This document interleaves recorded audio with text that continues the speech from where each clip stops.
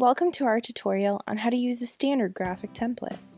Today, I'll be showing you tips and tricks for using a graphic template, as well as highlight the best way to save your file to get the best graphic possible when printing. First, you will begin by opening the template in Adobe Illustrator. On the right, in the Layers panel, in the Illustrator workspace, you will find all of the template elements in their own layers. To make these layers less congested, the best method would be to consolidate all of these layers, excluding the crop marks, underneath a parent layer named Template. To do this, you will first select the new layer icon to the bottom right, double-click the name to rename the layer. Click the top original template layer. Hold down the Shift key and select the second template layer from the bottom. This selects all of the layers in between those clicked. Next, drag these layers into the new template layer. Now, you will need a parent layer to design your graphic in. You can create this by repeating the same steps as the template parent layer. However, this time naming your new layer Graphic. The last step before designing your banner is to lock the template layer and the crop mark layers in place, so that none of the elements may be selected or moved in the design process. You do this by simply clicking the blank space to the left of the template name. If you open up the parent layer, you'll see that the sublayers are now locked into place, indicated by the lock icon. To make designing easier, click the toggle visibility icon on the dotted lines, arrows, and instruction sublayers. Once this is all done, you'll now have three main layers: template, graphic, and crop marks.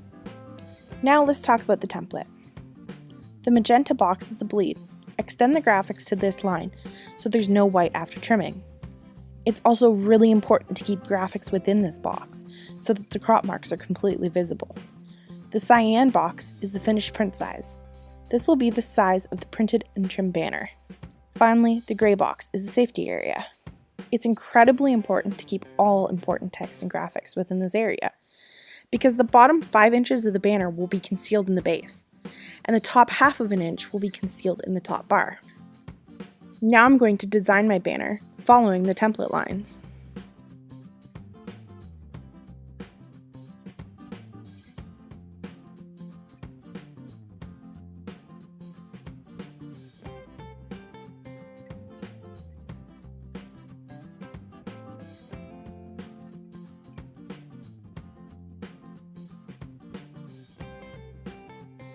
Perfect.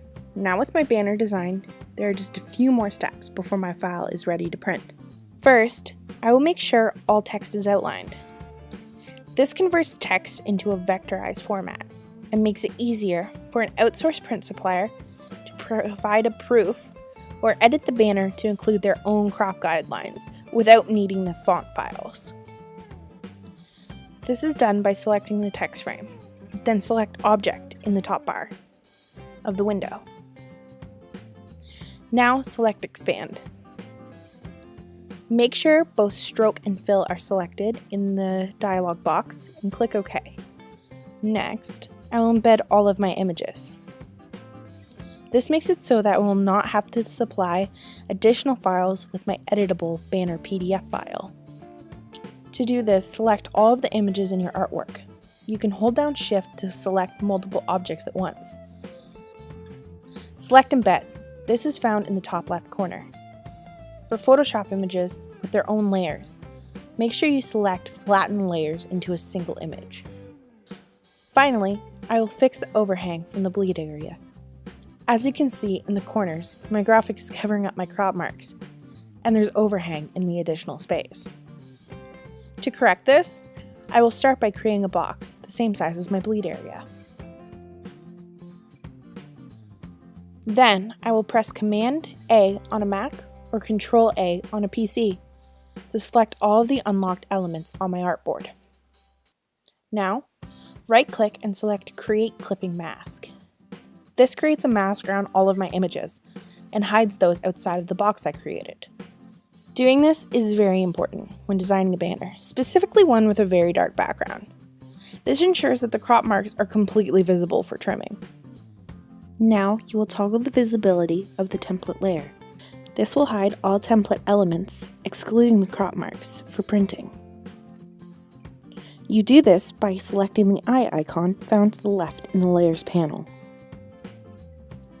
Now it's time to save my artwork.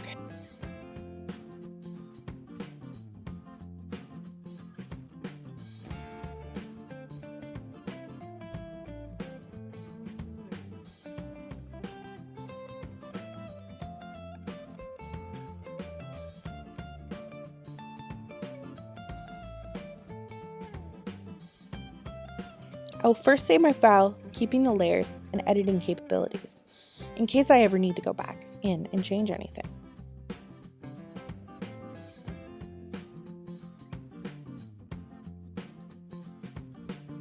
Now I will save another PDF file, deselecting the layers and editing capabilities to create a flattened image.